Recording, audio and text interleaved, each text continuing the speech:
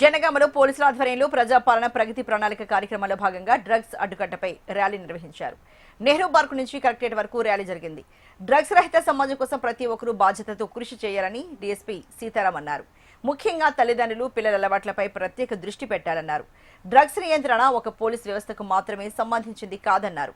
అందరూ భాగస్వామ్యంతో డ్రగ్స్ రహిత సమాజం కోసం పోరాడాలన్నారు డీఎస్పీ. యువతను కాపాడుకోలేకపోతే మన దేశ భవిష్యత్ శూన్యమవుతుందన్నారు డీఎస్పీ. ఈరోజు జనగాంలో డ్రగ్స్ అవగాహన సదస్సు పెట్టడం జరిగింది. మన ప్రజాపాలనలో భాగంగా ఈరోజు ఏంటంటే యువత బాగా డ్రగ్స్ వైపు అట్రాక్ట్ అవుతున్నారు.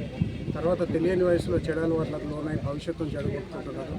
కాబట్టి వీళ్ళందరినీ యువతని ఈ మహమ్మారి నుంచి కాపాడాలనే ముఖ్యమైన లక్ష్యంతో ఈరోజు తెలంగాణ ప్రభుత్వం అన్ని రాష్ట్రాల్లో ఉన్న ప్రతి మూలలో డ్రగ్ అవగాహన సదస్సులు పెట్టాలని నిర్ణయించింది.